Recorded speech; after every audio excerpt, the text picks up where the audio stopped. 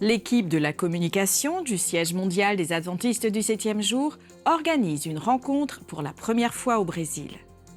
La conférence des éducateurs bibliques et scientifiques s'est tenue en Indonésie. ADRA inaugure son siège au Salvador. L'expérience I Will Go en Amazonie favorise l'engagement missionnaire immersif. L'Église adventiste du 7e jour, en Australie, lance un voyage missionnaire au Laos. Ces histoires et d'autres nouvelles de l'Église adventiste mondiale, maintenant sur ANN.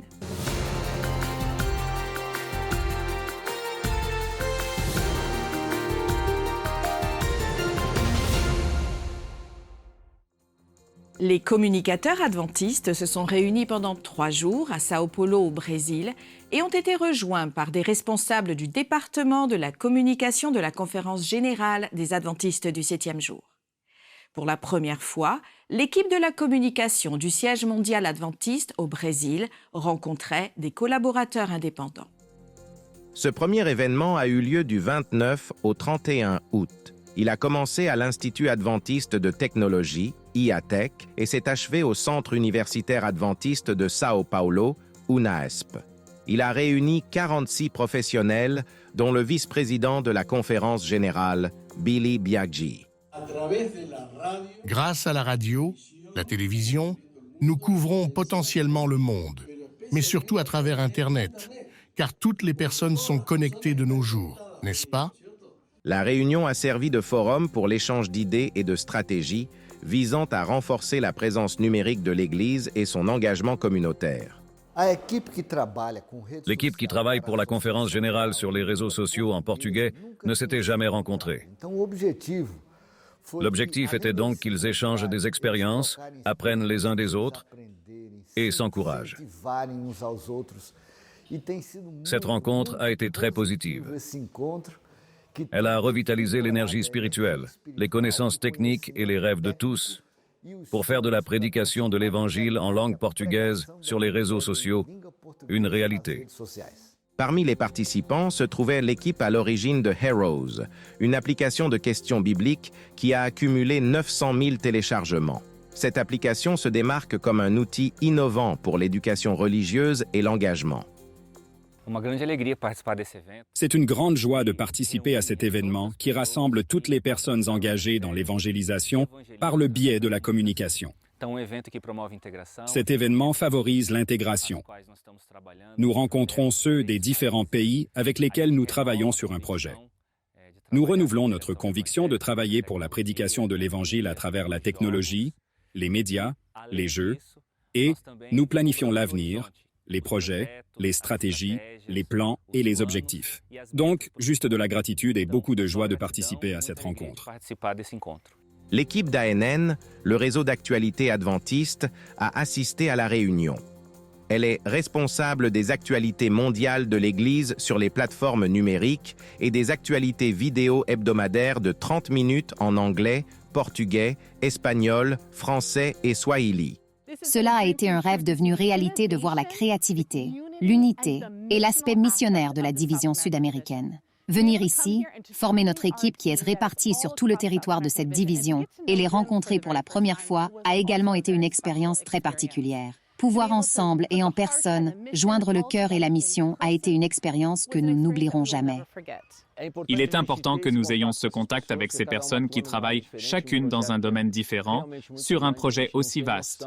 Nous n'avons pas conscience de l'ampleur de ce projet. Donc encore une fois, je tiens à remercier tout le monde qui a participé et qui est ici avec nous. Merci. Et toujours remercier toute la direction qui amène toujours cette équipe à travailler de manière très agréable et surtout à apporter l'Évangile à ceux qui ne connaissent pas encore Jésus.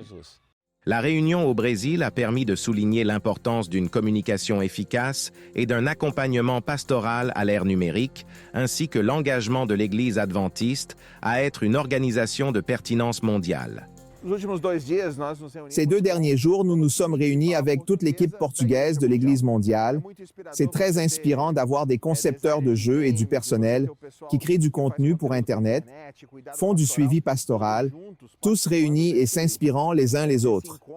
Ils travaillent sur Zoom depuis 2 ans et maintenant ils sont ensemble se rencontrant pour la première fois. La synergie qui en découle est énorme. Cela a été une joie de participer à cet événement, de mieux connaître nos collègues et dirigeants, et ce ne sont pas simplement des postes, mais il s'agit de personnes faisant partie de la famille de Dieu. Chacune d'elles a été utilisée comme un outil par lui pour parler au cœur. Donc, nous avons approfondi nos connaissances auprès de chacun, et nous nous sommes vraiment aidés. C'est un privilège d'être ici. L'Église adventiste du 7e jour, aux îles Salomon, a signalé une augmentation significative des baptêmes lors de son initiative « J'irai vers mon prochain ». Lancée en début d'année, l'initiative a culminé en juillet lors de la récolte annuelle de la mission avec 536 baptêmes enregistrés en plus de 846 baptêmes enregistrés au cours du premier semestre de 2023. Un événement d'évangélisation médiatique de 3 semaines en juillet, diffusé en direct via Hope Channel TV, TTV 1-2, la page Facebook de Hope Channel et Hope Radio, a touché toutes les églises du pays ayant un accès à Internet et à la télévision. Commentant les baptêmes, le pasteur David Philo, président de l'Église adventiste du 7e jour aux îles Salomon, a déclaré « Il doit y avoir une grande joie au ciel alors que chaque individu choisit le Seigneur à travers les eaux du baptême. » L'initiative « J'irai vers mon prochain » visait à présenter aux gens la vérité biblique en leur montrant l'amour de Jésus et en les amenant à s'engager spirituellement. J'irai est un projet mondial de l'Église adventiste qui encourage les gens à s'impliquer dans la mission de partager le message d'espoir de Jésus-Christ. Cette année, du 12 au 15 octobre, J'irai, l'expérience amazonienne, aura lieu pour la première fois dans l'État brésilien d'Amazonas. Réalisée dans un format contemporain, la vidéo suivante en dit un peu plus sur cette expérience.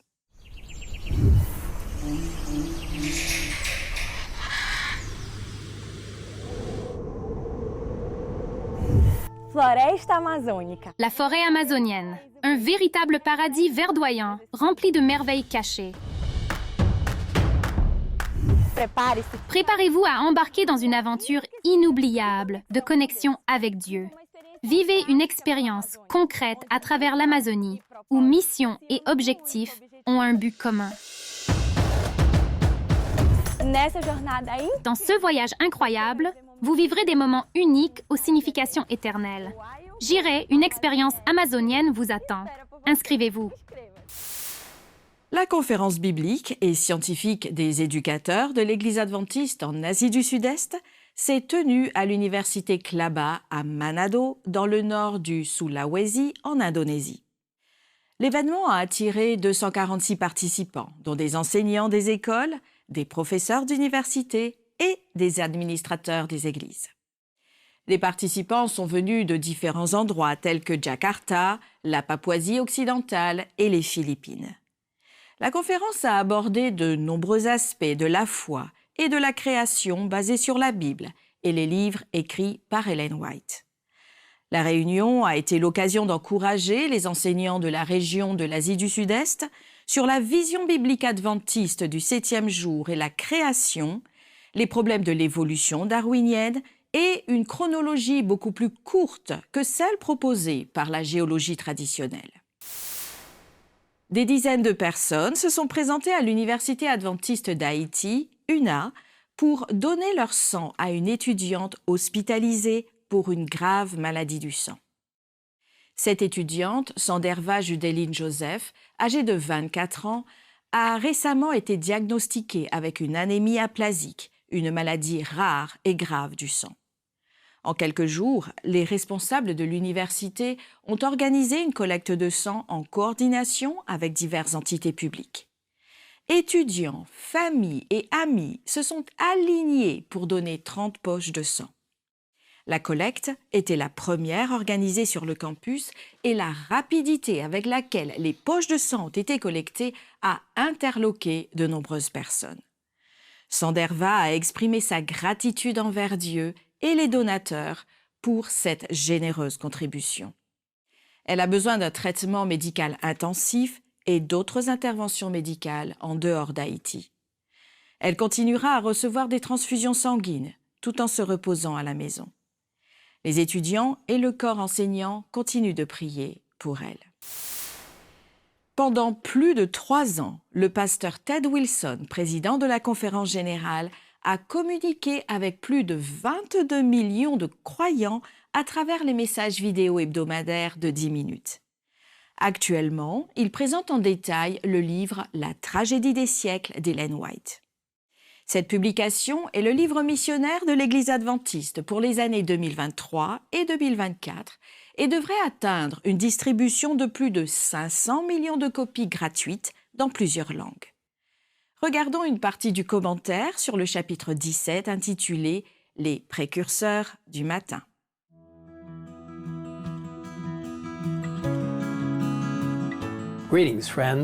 Salutations, chers amis. L'une des vérités les plus solennelles et pourtant les plus merveilleuses révélées dans la Bible est celle du retour du Christ. Pendant des siècles, les hommes ont attendu avec impatience le jour glorieux où Jésus viendra nous chercher pour vivre avec lui pour toujours.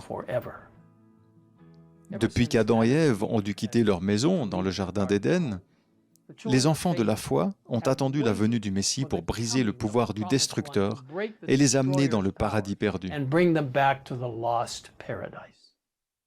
Les Écritures relatent cette espérance bénie dès les premiers jours de l'histoire de la terre.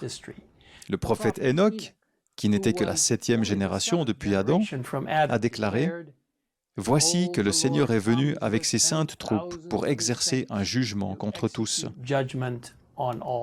Ce message hebdomadaire du pasteur Ted Wilson, parmi tant d'autres, peut être visionné et partagé sur la page YouTube officielle de l'Église adventiste du 7e jour. Après la pause, nous reviendrons avec plus de nouvelles sur ce que font les adventistes dans le monde entier. À tout de suite.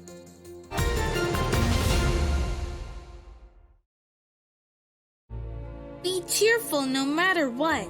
Pray all the time. Thank God no matter what happens. This is the way God wants you who belong to Christ Jesus to live. Qu'est-ce que les oies nous apprennent sur Dieu? Tout ce qui se trouve dans la nature peut révéler notre Créateur. Voici 4 façons dont les oies nous présentent la nature de Dieu. Les oies restent avec leurs petits pour subvenir à leurs besoins jusqu'à ce qu'ils puissent le faire eux-mêmes, tout comme Dieu subvient à nos besoins. Les oies protègent leurs petits du danger, tout comme Dieu promet d'ordonner à ses anges de vous protéger. Les oies s'unissent pour la vie, à moins que l'une d'entre elles meure, tout comme Dieu ne nous quittera ni ne nous abandonnera jamais. Si les oies sont en danger, elles se réfugient dans l'eau, tout comme les chrétiens vont dans les eaux du baptême pour échapper à la mort certaine du péché et sortir dans une vie nouvelle en Christ qui offre gratuitement l'eau de la vie. Lors de vos prochaines sorties dans la nature, cherchez dans la création de Dieu ce qui montre qu'il se soucie de chacun de nous.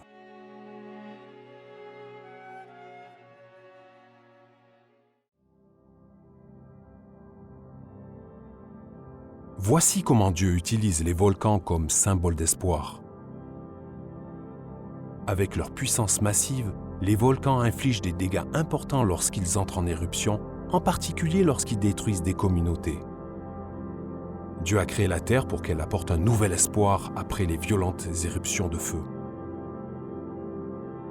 Une nouvelle vie surgit rapidement de la lave et des cendres, riches en minéraux. D'abord modestes, les petites espèces préparent un sol fertile pour d'autres plantes. Finalement, des forêts et des champs vigoureux poussent là où il n'y avait que désolation. Cela nous éclaire sur cette nouvelle création que Dieu fera naître de la destruction infligée par le mal. Nous pouvons être certains qu'il embellira en son temps même les pires destructions causées par le péché.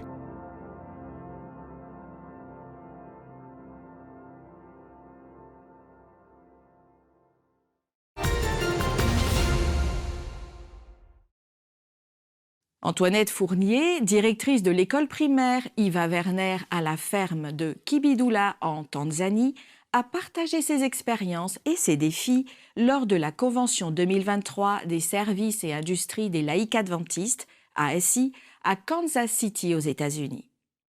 La ferme de Kibidula, créée en 1989, a pour mission de transformer des vies à travers l'éducation pratique, l'agriculture, la santé et le service communautaire en Tanzanie. Elle gère une école primaire, une école agricole pour les jeunes à risque et une école d'évangélisation. L'institution consacre 202 hectares à la culture de 73 000 avocatiers dont les ventes soutiennent la mission et les missionnaires. La vente de ces avocats a permis à l'école de devenir autonome. Madame Fournier reste engagée dans son service tout en reconnaissant les défis continus, mais en témoignant également de sa foi grandissante en la protection de Dieu. Sa prière constante est « Seigneur, aide-moi à diriger cette école, aide-moi à servir ces enfants ». Lors d'une présentation à la convention ASI 2023, les dirigeants de la ferme de Kibidula ont montré comment la mission de l'école a également contribué à de nombreuses transformations de vie et des baptêmes. L'Agence adventiste de développement et de secours, ADRA, au Salvador, a inauguré son nouveau siège lors d'une cérémonie spéciale qui s'est tenue à San Juan Opico, dans le département de la Libertad. Des dizaines de responsables d'église, des fonctionnaires gouvernementaux, des membres d'église et des étudiants du programme d'alphabétisation d'ADRA se sont réunis pour assister à la réalisation d'un rêve vieux de 22 ans. Niché sur le campus de l'école de formation adventiste exploité par l'église locale, ce bâtiment de 2 étages offrira plus d'espace pour le personnel, la formation des bénévoles, les ateliers et les formations spéciales pour la communauté. Alex Figueroa, directeur d'ADRA Salvador, a déclaré que l'agence adventiste s'engage à continuer d'aider les autres à améliorer leur vie. La prière de Figueroa est une demande d'aide à Dieu pour faire d'ADRA une institution emblématique d'assistance. La mission Caleb répand l'évangile de Jésus-Christ au sein des communautés et transforme la vie de personnes comme Osvaldo. Osvaldo était alcoolique, il fumait et consommait plusieurs autres drogues. Sa vie a pris un tournant lorsque la mission Caleb l'a trouvé. Aujourd'hui, Osvaldo est un dirigeant de l'église de Coari dans l'État brésilien d'Amazonas. Il témoigne avec ses amis et sa famille de ce que le message du salut peut accomplir dans la vie d'une personne.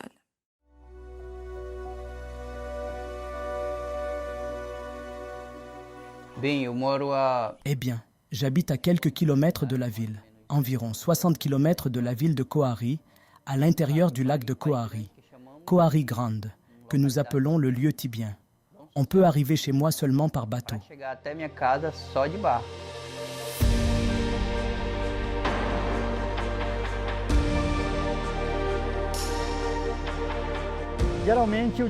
En général, le quotidien consiste à se lever tôt le matin puis à assister au culte. Nous travaillons dans les champs et les femmes accompagnent les hommes. Elles aident également les hommes dans la culture des champs, des bananes et du manioc. Et il y a aussi la pêche. L'un va à la pêche, met le filet et attrape le poisson.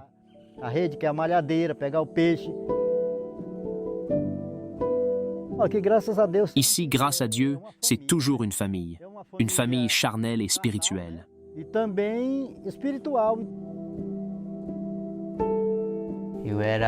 J'étais alcoolique. Je fumais, je buvais. J'étais une personne qui ne respectait pas sa femme. Parfois, on s'arrête pour réfléchir et on réalise qu'il n'y avait que des mauvaises choses, qu'il n'y avait rien de bon. Ce que je faisais n'était vraiment pas bien. Le pire était que je trompais trop ma femme. Osvaldo était un garçon très rebelle. Il se droguait et buvait. Même marié, il vivait aussi avec d'autres femmes.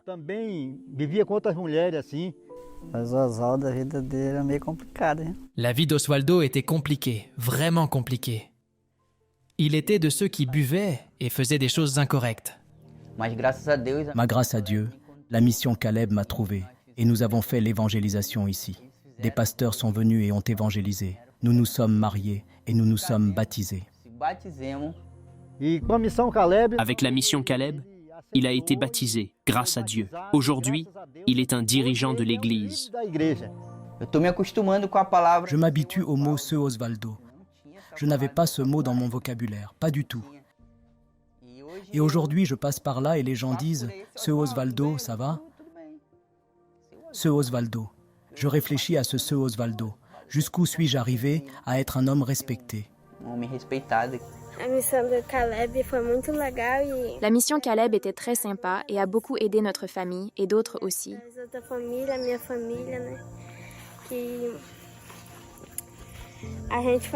Nous faisions beaucoup de choses qui ne plaisaient pas à Dieu. Maintenant, nous prêchons à toutes les familles. La mission Caleb a transformé notre vie.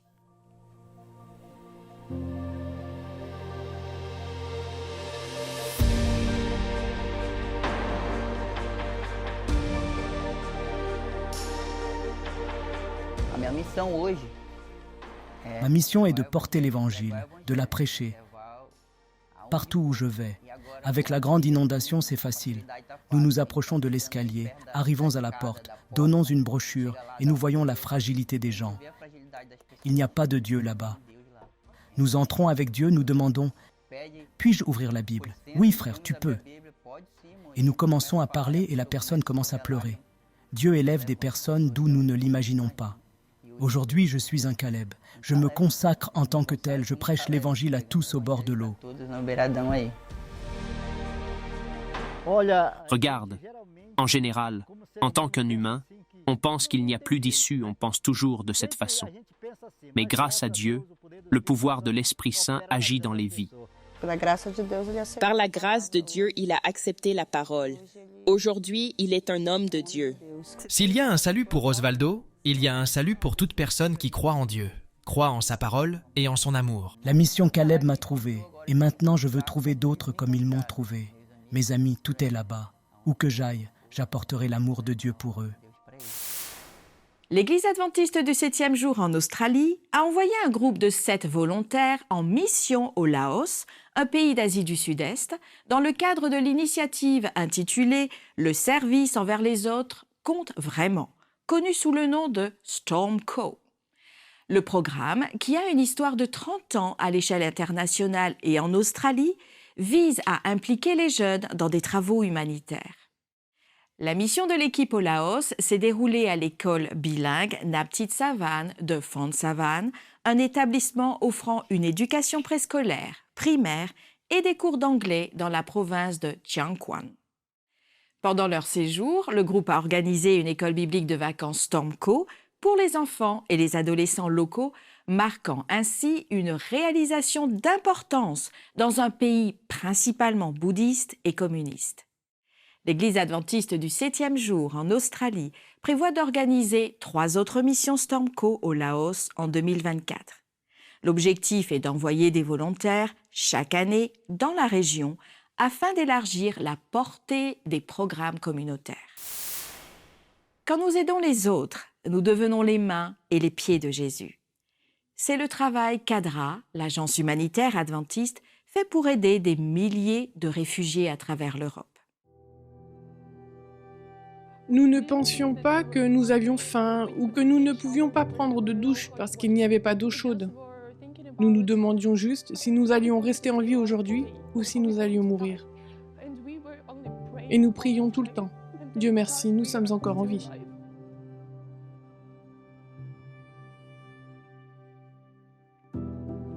Je m'appelle Ruslana, j'habite en Pologne à l'église. Ma famille est réfugiée d'Ukraine. Ma mère, mes frères et sœurs, ma sœur et mon frère. Malheureusement, notre père est un prédicateur et il est resté en Ukraine. Quand la guerre a commencé, le premier jour, nous espérions qu'elle se termine bientôt, mais ce n'était pas le cas. Et le pire, c'est que notre ville, Berdiansk, a été occupée les 2e et 3e jours de la guerre, donc dès le début. Nous ne pouvions pas du tout quitter la ville. Les pharmacies, les magasins d'alimentation étaient complètement vides. Les gens ne pouvaient pas acheter de nourriture ou même de simples médicaments. Et nous n'avions pas non plus de réseau. Nous ne pouvions même pas appeler pour dire que nous étions en vie. Notre grand-mère était si inquiète. Nous ne pouvions même pas lui dire que nous étions en vie. C'était si désagréable. Ruslana et sa famille font partie des millions de réfugiés qui fuient le conflit ukrainien. Peu d'entre eux savent où ils se retrouveront. La majorité d'entre nous n'a pas de parents ou d'amis ici. Et les seules personnes qui nous aident sont l'Église. L'Église nous donne en quelque sorte une chance d'avoir un avenir et nous aide pour les choses de base. Et voici ma chambre. Nous avons dormi ici et c'est assez confortable. Il fait chaud ici et c'est agréable. Nous sommes vraiment heureux que l'Église nous ait fourni un endroit pour dormir. Les églises adventistes à travers l'Europe redéfinissent ce que signifie pour une église d'être un sanctuaire. ADRA soutient leurs efforts pour accueillir des milliers de réfugiés. Jésus n'a jamais demandé « Qui êtes-vous ?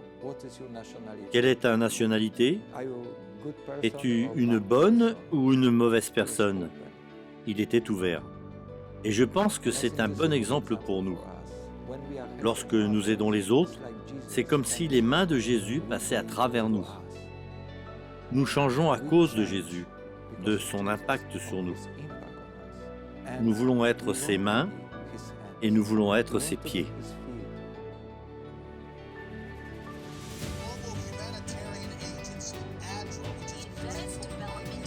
L'Agence humanitaire mondiale, ADRA, l'Agence adventiste de développement et de secours, ADRA.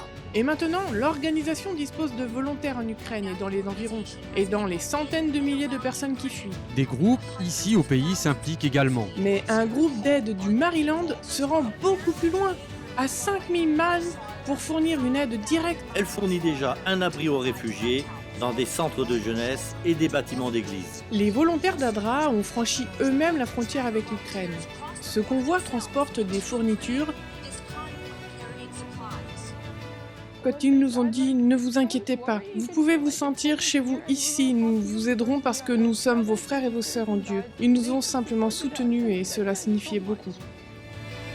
J'avais faim et vous m'avez donné à manger. J'avais soif et vous m'avez donné à boire. J'étais un étranger et vous m'avez accueilli. J'avais besoin de vêtements et vous m'avez vêtu. J'étais malade et vous m'avez soigné. J'étais en prison et vous êtes venu me visiter. Merci d'avoir suivi ANN. Rejoignez-nous la semaine prochaine pour plus de nouvelles du siège de l'Église adventiste du 7e jour. Saviez-vous que l'Église adventiste du 7e jour a une chaîne YouTube où vous pouvez regarder ANN vidéo, ANN in Death et plein d'autres vidéos étonnantes sur la prophétie, la santé et l'étude de la Bible? Cliquez sur le bouton s'abonner pour ne jamais manquer une nouvelle vidéo.